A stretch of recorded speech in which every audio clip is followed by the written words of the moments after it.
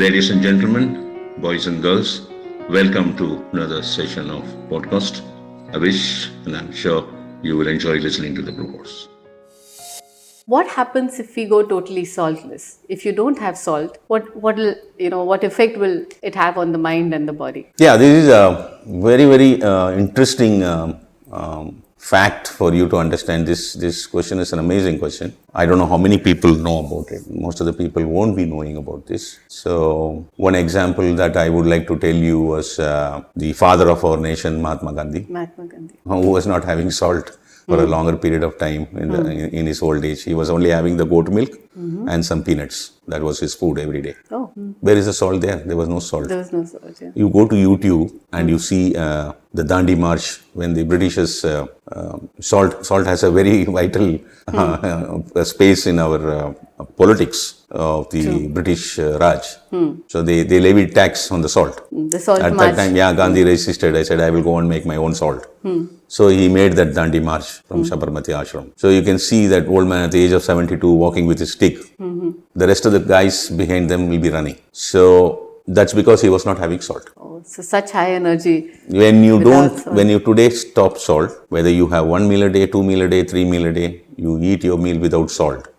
It takes 0 to 3 days for the external body to discharge salt. It takes 0 to 27 days for the internal organs to discharge salt. But it takes 0 to 90 days for the nervous system to discharge salt. So if you really want to go without salt, After 48 days, say suppose you are at the age of 52, you will feel you are 18. You will be walking normally. If I am coming with you, I'll say, Vishaka, please go slow. I won't be able to keep pace with you. You become so light, your normal walking itself will be flying, the speed in which you'll be going. You will definitely, your mind will think, I have practiced it, I'm telling you. I practiced this and I'm telling you. Your mind will say that I am as good as 18 years. Initially, when you stop, if suppose in my case at this moment, if I stop salt, in 90 days I will reduce 20 kgs. Oh, that Because the water retention and all are gone. The water is gone. There is no need of so much of water. All the water molecules don't have all the salt components, 0 to 3 days, your external body is discharge salt, 0 to 27 days, your internal organs, 0 to 90 days, your nervous system, everything. Now, after 90 days, there is no salt component in your body at all. The sodium chloride is not there. By doing so, the efficiency of your internal organs' performance will go back by 20 years. Oh, I see. But when you come back into salt, within no time you add weight back again. That's going to be the inflammatory system again. But the thinking pattern itself will change as you remain without salt. But we are so much used to salt by our generations of thousands and lakhs and millions of years. Saltless living is not that easy and should not be exercised also. It can be exercised in a particular methodology. You can stay without salt for 48 days, clean up yourself and come back to salt. And come back to salt. Yeah. And how often should this be? But the point is, when you don't eat salt, you cannot eat anything. You cannot eat biscuits. You cannot eat bread, you cannot eat bun, you cannot eat too many things. You have to cook your food and eat. That food is not going to have salt, but you should have your quantity of food. That's not going to taste good for you. Only 3 days it will be difficult. After that you will get used to it. Get used to it. 48 days, even 3 months you can remain without salt and come back to it. The best way to do it is there is a methodology. And how is that? That methodology is very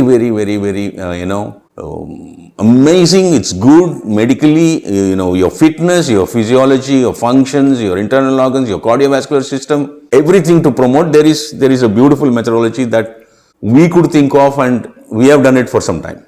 You cannot just go zero salt just from today morning. No, don't do that. See, we normally, all of us eat breakfast, lunch and dinner. Maybe during the day we have cup of tea, coffee and all that, which is not a part of salt. There is no salt there in tea, coffee. So some people eat very heavy breakfast and their lunch and dinner is mediocre. Some people eat a mediocre breakfast, a very good lunch, a light dinner. If you take my case, I eat mediocre breakfast and lunch, but I need heavy dinner because I do exercising every day in the evening. I need good quantity of food. So it varies from person to person. So what you do is, you cut salt to start with in your breakfast for a period of 10 days. Your lunch and dinner continue with the salt. If you are a very good dinner eating guy, after 10 days, you cut salt in your lunch. Stick to your dinner with the salt. Okay. Forever. So what happens, you eat, if either you're going to cut your breakfast and dinner, or you're going to cut your breakfast and Breakfast and lunch from the salt, every 24 hours once, you eat food with the salt. With the salt. True. So next meal with the salt is going to be 24 hours later. Right. But how best that you're going to control yourself from the snacks. All your snacks are salty. Highly salty, in fact. Yeah. So you should have some control there. If you can exercise this, go away from your snacks, have some liquids if you feel like, having something. Your tea, coffee, or your juice or something like that. Don't eat solid foods. So you're going to stick to only salt with lunch. So every 24 hours during the lunchtime, you're going to come in contact with salt. With salt, yeah. Your breakfast and dinner, there is no salt. 24 hours only when the salt intake comes in. So that body reduces from this accumulated salt slowly over a span of 3-4 months. Right. That becomes a very healthy scenario instead of being without salt. Completely without salt. So if you're going to stay without salt, every year you choose a period of time, 48 days without salt or 90 days without salt, whatever that you want to do, and come back to salt. Then the reduction of weight and the fluctuation of weight will be there. As you come back to salt, the body will come back and behave violent. Say at the time of leaving salt, you are 92 kgs. After 3 months, you are 71. When you come back to salt, within 45 days, you go to 96 kgs. Okay. Because the mechanism is so hungry, he is not going to spare you. It will just start flying, accumulating weight.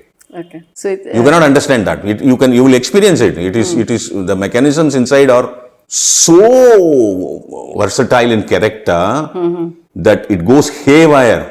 Because you, at the age of 48, you're going to exercise this for the first time. 48 years you have given him salt food. yeah. Suddenly, if you stop, the craving inside is going to be so high. True. So they don't know what to do. They start discharging everything. After 90 days, when you come back, they say, oh my God, my normalcy is coming and everybody will be jumping inside. They will all overwork, enjoy, and make you put on more weight than what you were. So this exercise is good. Cut one part of it, breakfast for a period of 10-12 days, then slowly cut the lunch. Stick to dinner or lunch, whichever is higher for you. Whichever meal you eat good, stick that meal with the salt. Yeah. And the balance thing, if you eat without salt, it will balance you so much that you can avoid setting in of many biochemical abnormalities in the long run. Great. Which is very, very important. And if you can exercise that, you will really see the difference after 1 year. It will be amazing. And it's a lot more practical to do as well. I think anyone with a little will should be able to do this. It's not so if you difficult. go to if you are supposed traveling also, you can very keenly, choose your saltless food. You can have your juice, you can have your cut fruits. True. You can ask for rotis without salt, dal without salt. You can have as salads. Yeah. There are ways that if you want to really stick to it, even if you are staying in a hotel, you are traveling and things like that. So it's easier.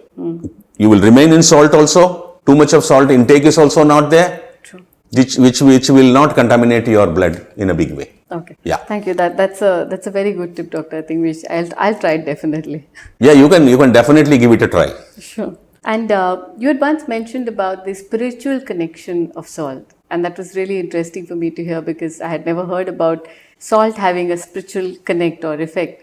Could you elaborate a little bit more on that? Sure. Whatever little that we have studied, we have understood, we have explored, we have gone through, we have spoken to many legendary personalities, borrowing information, most of the things that you don't find in text. But there is one proverb is there in Tamil. Uvarpindri irupade Thuravarathin Mudarpadi. Thuravaram means spiritual life. Uvarpindri irupade means being without salt is the first step of spiritual life. We understand the human body, which is based on food and nutrition, has a lot of abnormality created to the relationship between the human body and the cosmic waves. Okay. We don't study that part of science at all in modern science. Yeah. There's one guy who did a lot of job on that is, Bruce Lipton. Yes, Dr. Bruce Lipton. Yeah, Dr. Bruce Lipton, Biology of Belief. He says one particular experiment, he very clearly says if you remove this brain from you, from an individual, he's dead. He's dead, yeah. So he takes a human cell, a general epithelial cell, and then you have the cytoplasm, you have the nuclei, RNA, DNA, mitochondria, and all that. The cell is still in the live condition. So he pull out the entire cytoplasm. The cell should die. It's not dead. Logically, it's not dying. It is not dead. It's alive. At the same time, it was functioning normally of all the function what it was doing without the DNA, RNA, mitochondria and everything. So he understands the command comes from the environment for the cell to function. Irrespective of these nuclei of the cell is there or not. Okay. So there is a connection between you and the cosmic wave. We know our science are very clearly said. Our ancient Tamil science is the existence of human life is based on the spinal cord, which is the antenna, which is the connection between You and the cosmos. the universe and you, the environment and you. Okay, there is a reception of cosmic waves. That's the antenna. It's very clear. So uvarpindri irupade thuravarathin mudalpadi means going without salt is the first step. So you reduce your food. Normally the food which you eat, the quantity gets reduced. So after that there are techniques to stop the revalidation. Then you are completely out of food. Your cells are not going to function anymore with glucose as an energy currency. Your cells are going to function with cosmic wave as the energy currency. Once you go without food, the whole system itself will totally function in a different manner. All the internal organs rhythms will change. The biochemistry will become pure. The blood will become pure, and that blood flows into your brain and the spinal cord is going to completely change your pattern of thinking. So first thing they ask you to step down is from the salt. Oh, it's so connected to spiritual life. There is every internal organ works with a rhythm. Your brain, that's what the rhythm is, what the waves, alpha, beta, gamma rays, they study in electroencephalogram. Your cardiovascular system works in a rhythm. Your heart, your liver works in a rhythm. Your pancreas work in a rhythm. Everything has a rhythm, and that rhythm has got certain sound frequencies. We don't have the ability to hear that sound frequencies going on inside. If you take the golden whistle test, from 20 up to 5 you can hear. Less than 5, 4, 3, 2, 0 you cannot hear. You can't hear. Huh? Yeah, they're all less decimals, so we don't hear them. And overall body has, with all these rhythms, that is the reflection of your music. What is music? Music is nothing other than the sound frequencies created by the rhythmic function of your internal organs. Everything you find in any science is from the internal and insight learning only. There's nothing else. The entire nature is in a capsule form as a human body, a living organism. So salt plays here an important role. First they ask you to step down from salt, then ask you to step down from food. And then the whole physical system is totally different. You're more in the prenatal development, as the child was born, this is very interesting. When it is there in the uterus, the zygote period is for 2 weeks. The embryo period is for 8 weeks. Then the fetus period starts. You can go and study the prenatal development. They don't eat salt. They no food for it. The mother's blood supply goes on through the umbilical cord. So whatever mother salt eat, they eat. Through the oral thing, they don't eat anything. As it was born, it is not used to eating. When it cries, you know what for it's crying?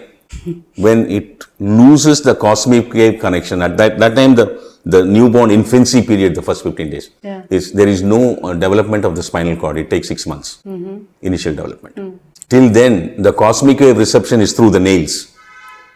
20 nails, 10 in the fingers and 10 in the legs. When they lose their cosmic wave connection, they cry till they restore. What we do, we think that the baby is hungry. We give them milk. We feed the baby. Yeah. So you have conditioned the baby to food and nutrition. Coming out of the food and nutrition is to go out of salt first. And then go out of food and nutrition conditioning. Make your body enabled to function without the energy currency of glucose. And then function with the cosmic wave energy as your source of energy for the cells to function. You don't put on weight, you don't lose weight and all that. You remain the same. Body can take everything from the photosynthesis from the sun. Body produces all the components required for themselves on their own, even now. Only minus vitamin C. That the modern scientific community has found. We had the capacity to even produce vitamin C. Probably some, thousands of years back, somewhere the gene was lost. But the entire humanity around the globe, either you're in Alaska or Tasmania or Japan or Yushu or Argentina, none of the human body produce vitamin C. We only wait for vitamin C from outside. From external. Yeah, but when you go out of food and nutrition conditioning and come into cosmic wave conditioning, you don't need vitamin C, nothing. They just drink little water. I have seen people who have living without food and nutrition. Yeah, I have associated with them for some time. I've seen them. So talking to them, I have understood all these things. So that's why that proverb is Uvarpindri Rupadiyathuravarathin Mudarpadis. Salt has got everything to do if at all you want to get into some kind of a spiritual life. To understand, spiritual life is nothing. To understand the entire potency of your body and then that powerful potency to come under your control to exercise it.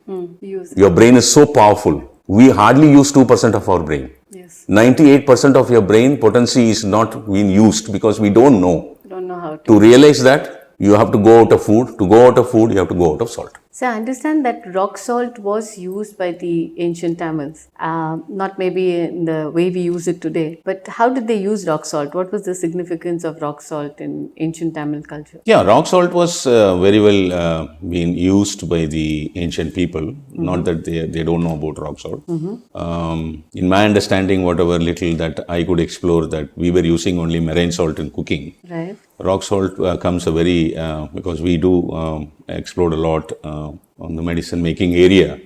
So where in food and nutrition, rock salt was used for pickle making. I see. Oh. Where there was no chili and oil was involved. So our ancient pickle making is totally different. It is the component. If it is a mango, it is soaked in rock salt, dissolved water, and then dried over a span of time in the sun. Okay. And that becomes a pickle. So very much it was used in pickle making. Rock salt was used for tooth powders. Ah, okay. Because rock salt takes time to dissolve in water compared to the marine salt. So rock salt is used in tooth powder making, and rock salt becomes, it's called Indupu in Tamil. Rock salt becomes a very important component in many of the medicinal formulations. We do made certain medicines where the Indupu becomes a part of the, you have a list of 12 components to make one medicine. There's a methodology where one of the component is rock salt. So rock salt is used mostly in medicine making. Okay. It comes in a lot of medicines, then it comes in tooth powder, then it comes in food and nutrition pickle. To my knowledge, rock salt was not used by the ancients in regular cooking. They used to only use marine salt. I see. And I understand that your research foundation has done a lot of work on toxic-free salt, regular edible salt.